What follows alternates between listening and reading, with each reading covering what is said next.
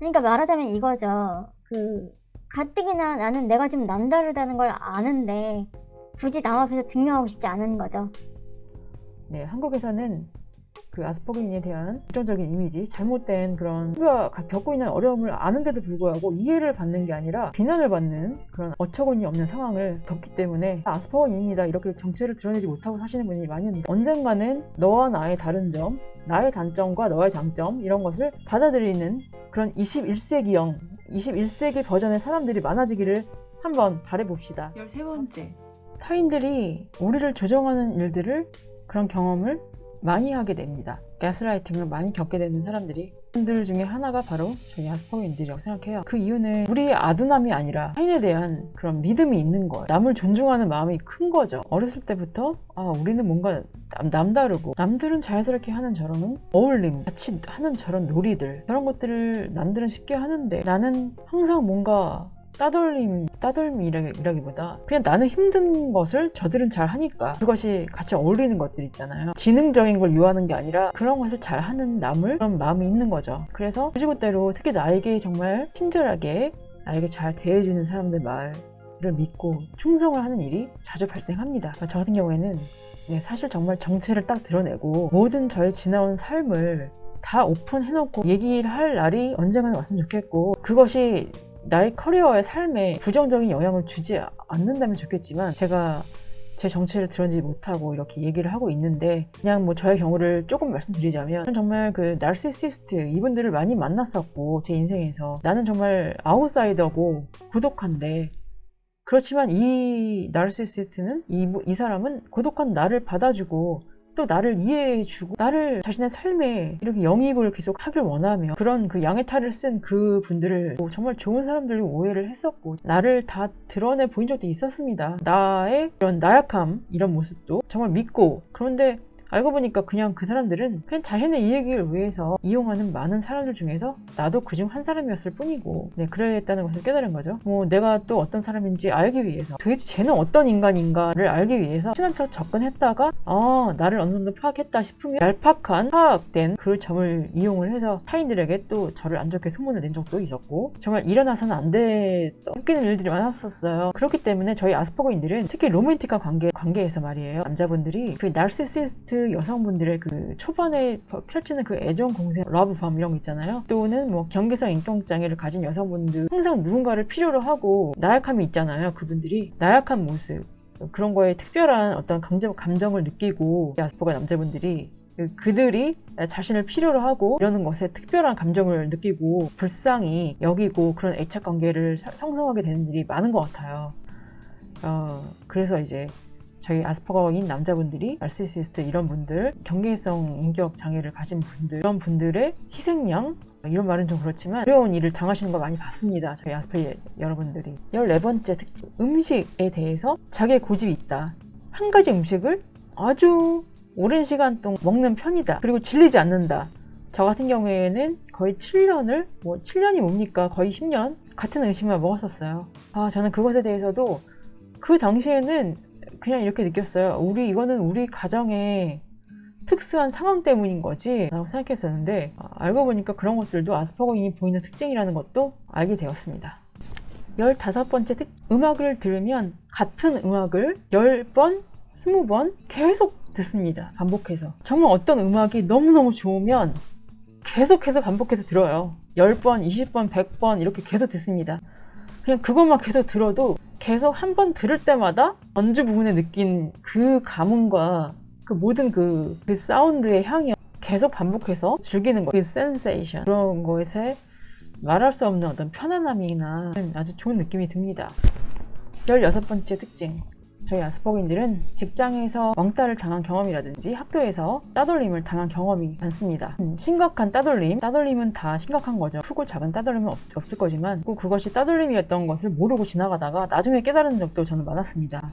저 같은 경우에는 그 한창 질풍노도의 시기를 보내는 10대 때는 제가 왕따를 당하는 것을 면한 이유가 있어요. 저는 저의 그 형제 자매와 같은 학교를 계속 다녔었고, 제가 그 겉모습이 저는 약간 좀 센 언니 포스가 좀 많이 있었어요. 그래서 저는 약간 좀 노는 언니의 포스를 풍기는 사람이었기 때문에 다행히 아무도 저를 뭐 크게 건드려서 나를 괴롭게 만들거나 이런 건 아니었지만, 전 직장 생활을 할 때 정말 왕따를 많이 당했었습니다. 그 과묵하고 말을 안 하는 사람이 아니었어요, 제가. 그렇지만 뭔가 어색한 태도가 있었겠죠, 당연히. 저는 저의 내면을 알고 있으니까, 나의 남다름을 알고 있는데 그것을 애써 증명하지 않으려고 하다 보니까 좀 사회생활 잘하는 이미지를 만들기 위해서 센 척하고 다니고 센 말도 좀 많이 하고 다니고 이랬었지만 그것은 제 모습이 아니기 때문에 어색함이 있었겠죠. 그래서 부자연스러운 태도도 많이 있었을 것이고 뭐 표정이 별로 다양하지도 않기 때문에 이런 것은 제가 어떻게 컨트롤할 수 있는 부분이 아니었기 때문에 지금은 많이 노력하죠. 자연스러운 어떤 대화를 친근하게 하지도 않았었고 좀 에너지를 많이 써야 되니까 제가 사람이지 않습니까? 그래서 어느 날에는 정말 오늘은 정말 그냥 나 자신을 좀 잊고 싶다 이럴 때도 있었을 거 아니에요. 한참 또 무례한 모습으로 또 나를 보았겠죠. 어떤 사람들은. 그때 아스퍼거가 뭔지 알았으면 좀 따끔하게 얘기를 해줄 수도 있었을 텐데 아무래도 지금보다 더 어렵기도 했고 좀 지금보다는 상황에 대처하는 그런 능력이 좀 부족했던 것 같아요. 17번째 특징. 갑자기 머릿속에 어떤 상황이나 어떤 재밌는 일들 이런 것들이 머릿속에 떠오르면 10년 전의 일이라도 그때 그 감정을 고스란히 그대로 느끼는 경향이 있습니다. 갑자기 문득 10년 전, 15년 전에 내가 겪은 일들, 예를 들어서 굉장히 민망한 상황에서 내가 느꼈던 그 감정들이 느닷없이 머릿속에 떠오를 때가 있거나 3년 전에 겪었던 굉장히 웃긴 일들, 이런 상황들이 갑자기 머릿속에 치밀러 오를 때가 있어요. 그러면 정말 웃음을 참기가 너무너무 힘듭니다. 지금은 마스크를 껴서 망정이지 마스크라도 안 꼈으면 정말 힘들었을 거예요. 정말 너무너무 웃긴 상황이 떠오르면 정말 너무 웃겨요. 웃음이 튀어나옵니다. 민망한 사건들, 제 인생에서. 18번째. 다른 사람의 고통, 다른 사람의 슬픔 이런 걸 보면 너무너무 힘들다. 공감력이 없는 게 아니라 그런 공감을 표현을 하는 것을 어려워한다. 이게 정답입니다. 저 같은 경우에는 남들이 고통을 느끼는 걸 전혀 못 봐요. 그런 것은 못 보고 저는 하물며 그 문어, 그 문어를 삶을 때 한 번에 데치는 게 아니라 문어를 그 끓는 물에 한 번도 아니야. 그 10번을 넣었다 뺐다 10번을 그 문어를 고문을 시키더라고요. 그 먹으려고. 못 봅니다. 저는 그런 거 못 보고 정형인들처럼 온 얼굴로 표현을 하면서 나 기뻐요. 나 슬퍼요. 이렇게까지는 표정을 짓지 않게 되는 거죠. 그런데 그것이 정형인들만큼 공감이 없거나 공감을 못해서가 아닙니다. 오히려 저희는 더 많이 느낍니다. 그런데 표현을 할 에너지를 그것에 에너지를 낭비를 안 하는 거죠. 예를 들어서 또 롤러코스터를 탄다. 근데 분명히 그것을 즐기고 있죠. 근데 표정은 좀 약간 무표정일 수가 있습니다. 정형인들만큼 표정이 그렇게 막 다양하게 나오지 않을 수가 있어요. 정형인들이 모든 그것을 표정에 있는 그대로 다 담고 그 말로 표현하고 행동으로 표현하고 이러는 거에 비해서는 저희 아스퍼거인들은 그런 표정이나 행동, 액션이 좀 덜 나오는 거죠. 로봇처럼이 아니라. 그런데 정형인분들은 자신의 표정이나 리액션으로 에너지를 이렇게 분산하시는 것 같아요. 그것이 바로 정형인들이 공감을 더 잘 하거나 더 잘 느끼거나 이러는 걸로 오해가 되는 것 같은데 표현을 하는 것과 안 하는 것의 차이지 능력이 없거나 없거의 차이는 아닌 것으로 저는 생각합니다. 19번째, 뻔한 것을 추구하지 않는다. 제가 잘 설명할 수 있을지 모르겠지만 예를 들어서 모든 사람들이 빨간색의 옷을 입는다. 그러면 나도 과연 빨간 것을 꼭 입어야 되나? 이런 생각을 합니다. 그렇다고 해서 규칙을 어긴다거나 사회 규범을 어긴다거나 법을 어긴다는 뜻이 아니라 어떤 반사회적인 무엇을 반해서 한다는 그런 삐뚤어진 개념이 아니라 왜 꼭 저래야만 하는 거지? 저렇게 해야만 저게 되는 게 아닌데 하는 그런 사고가 어떻게 생각하면 반항적인 그런 사고 형성이 그냥 되는 것 같은 그런 느낌적인 느낌. 모두가 의뢰하는 그런 뭔가를 난 좀 다르게 하고 싶은 그런 용솟음 치는 그런 뭔가가 있습니다. 저는 왜 그래야만 하지 하면서 이런 것도 정말 안 지키면 큰 일을 당하거나 범죄자가 되거나 큰 테러를 일으키는 상황에서는 그러진 않죠. 그냥 상황 따라가면서 그 약간의 룰을 좀 깨는 그런 경향이 저희 아스퍼거인들에게 있는 것 같습니다. 또 뭐가 있을까요? 음악 파일을 만든다. 그럴 때 모두가 다 편곡까지 완벽히 다 해서 최선을 다해서 한다. 저는 오히려 더 대충대충 한 음악 파일을 올린다든지 이렇게 뭔가 좀 반항적인 태도 이런 게 그런 꿈틀대는 뭔가 그런 게 좀 있습니다. 20번째, 가족 중에 분명히 다른 자폐인들이 있는 경우가 많습니다. 지금 저도 생각해보면 삼촌분이 유력한 후보 중에 한 분인 것 같아요. 제가 2018년에 아스퍼거가 뭔지 알고 나서 엄마한테 아스퍼거는 그 말 못하고 말을 언어로 표현하지 않는 자폐인들만 자폐가 아니라 아스퍼거라는 자폐도 있다. 이런저런 특징을 보이는 것이 그 아스퍼거 신드롬이다. 이런 내용을 담은 기사를 번역을 해가지고 엄마한테 보여드렸었어요. 그 당시 저희 엄마는 한동안 아무 말도 없으셨다가 굳이 끝까지 부정은 100% 못하셨어요. 왜냐하면 저희 가족 중에 중증 자폐인이 있기 때문에 인정을 하셨어요. 왜냐면 엄마도 저한테 제가 자랄 때 하는 소리가 너는 왜 그러냐 이상하게 이런 소리를 항상 제가 자주 들었었거든요. 너는 참 희한하다 뭐 이런 말 많이 들었었고, 근데 저의 경우를 자폐라고 생각을 못했던 이유는 아무래도 아스퍼거 신드롬이 무엇인지 잘 알려져 있지 않기 때문에 너같이 말 잘하고 문제도 없는 것처럼 보이고 그런 보통으로 보이는데 좀 희한한 게 무슨 그게 자폐냐 이렇게 얘기를 하는 거죠. 그러다가 며칠 후에 저희 엄마가 전화를 하셔가지고 너 어렸을 때는 말도 잘하고 전혀 자폐를 안 보였어 이러다가 아스퍼거님들 다 말 잘해요 어렸을 때도 이렇게 말씀을 드리니까 또 가만히 계셨어요. 저희 엄마도. 그래서 둘이 한창 얘기를 했었어요. 그 당시에. 그러다가 저희 엄마가 아유 너네 둘째 삼촌 이렇게 말씀 결국에는 하셨던 것도 기억이 납니다.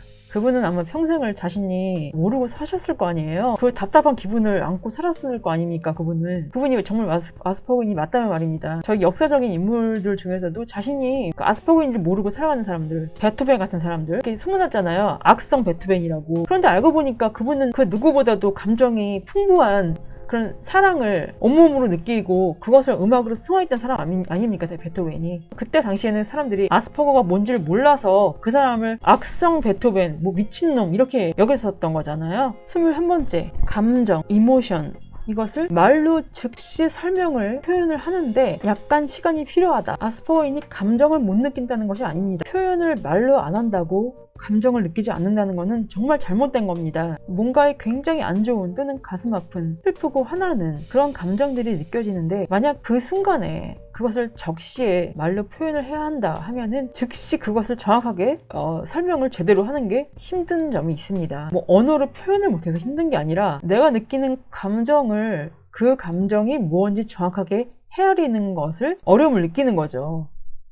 그렇다고 해서 단순하게 이게 기쁜 건지 화나는 건지 뭐 슬픈 건지 모른다 이런 것이 아니라 이 기분 나쁜 이게 분노인 건지 아니면 내가 상처를 받아서인 건지 이런 디테일한 감정들을 말해요. 시간이 필요하다는 거예요. 무슨 뭐 리얼리티 쇼에 보면 그분들은 정형인들이죠. 그분들은 뭔가 사건이 있고 나서 다시 인터뷰를 하는 장면이 나오잖아요. 내가 그때 왜 이런 행동을 했으면 나는 뭘 느껴서 그랬었다. 나는 이때 어떤 걸 느꼈다. 이렇게 제대로 말을 정확하게 하시던데 그 자연스럽게 하는 거. 저는 그것을 즉시 그렇게 바로 설명을 하는 데에는 어려움이 좀 있어요. 좀 시간이 필요한 거죠. 고찰의 시간이 좀 필요한 겁니다. 그러니까 이런 사건이 벌어졌을 때 내가 어떤 불쾌함을 느낀 건 맞으나 왜 그런 불쾌함을 느낀 건지에 대한 어떤 좀 성찰의 시간이 좀 어느 정도 필요하다는 거죠. 그 어떤 사건이 있었다. 내 감정을 어떤 촉발시킨 그 사건에 대해서 얼마간의 시간이 좀 흐른 후에야 내가 그때 느끼던 게 이런 감정이었구나 이거를 정확하게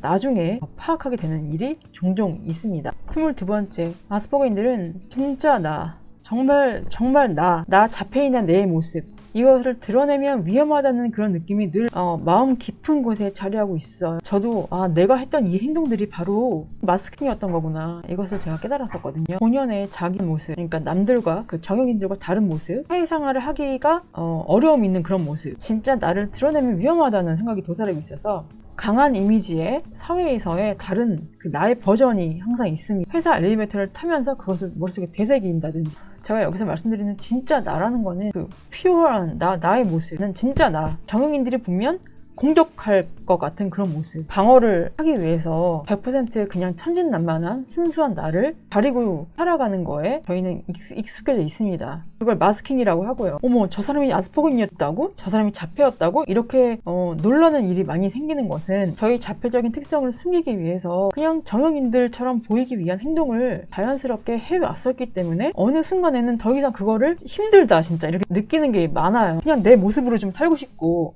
여기서 진짜 나라는 것은 어린아이와도 같은 그런 순수한 모습. 근데 이것을 가리고 좀 강한 이미지로 살아가야 되는 거죠. 근데 이거는 의식적으로 전략을 짜야겠다 이런 거와는 다른 개념이에요. 그냥 어렸을 때부터 정형인들이 일단 내가 좀 강하게 보이면 나를 좀 우습게 나약하게 보지 않으니까 일단 겉모습을 좀 약간 좀 껄렁한 노는 사람으로 좀 보이게 만들거나 좀 센 언니 이미지 이런 것을 제가 만들었던 게 아닌가.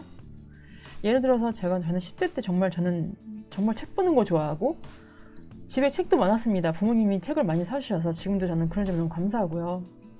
그런 거 보는 거 좋아하고 혼자서 공상하는 거 좋아하고 좀 멍 때리는 거 좋아하고 그리고 음악 같은 거 정말 음악이야말로 정말 없으면 안 되는 그런 존재입니다. 음악은.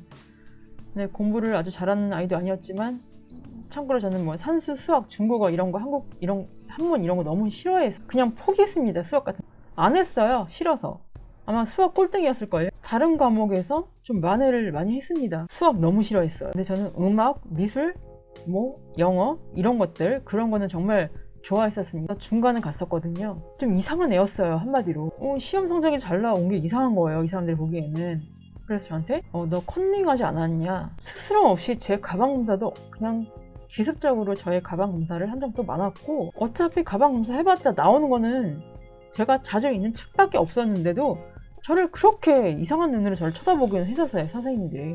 그런 오해들은 뭐 제 인생에서 다반사로 겪는 일이니까요. 내가 사회에서 좀 센 척하고 강한 이미지로 나를 꾸미는 게 오히려 나한테 해가 된 건가? 잘못인 건가? 느끼지만 100%의 그런 모습 그냥 나의 민낯의 이런 정말 순수한 나로 살았었다면 지금보다 더 좋은 길로 그게 저를 인도했었을까요? 저는 아직도 그것을 해답을 찾아가고 있는 중입니다. 그나마 다행인 것은 2018년 전에 아스퍼거 신드롬이 뭔지도 몰랐던 그게 자폐의 일종인지도 몰랐던 그 시절에는 내가 왜 늘 이렇게 센 척해야 되는 거지? 그리고 왜 난 또 이렇게 버전이 다르지? 나 혼자 있을 때랑 다른 사람들하고 있을 때 내 버전이 왜 다른 거지? 왜 이 사람 앞에서는 이런 모습 보이고 편안한 사람 앞에서는 그냥 내가 되는 거지?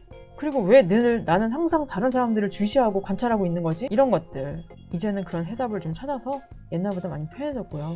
이 이외에도 제가 하고 싶은 이야기가 굉장히 많지만 제가 다시 한번 말씀드리지만 정형인들 여러분들께서 그 아스퍼거인이 뭐 자신들이 겪었던 아스퍼거인들이 이래서 내가 힘듭니다. 저래서 힘듭니다.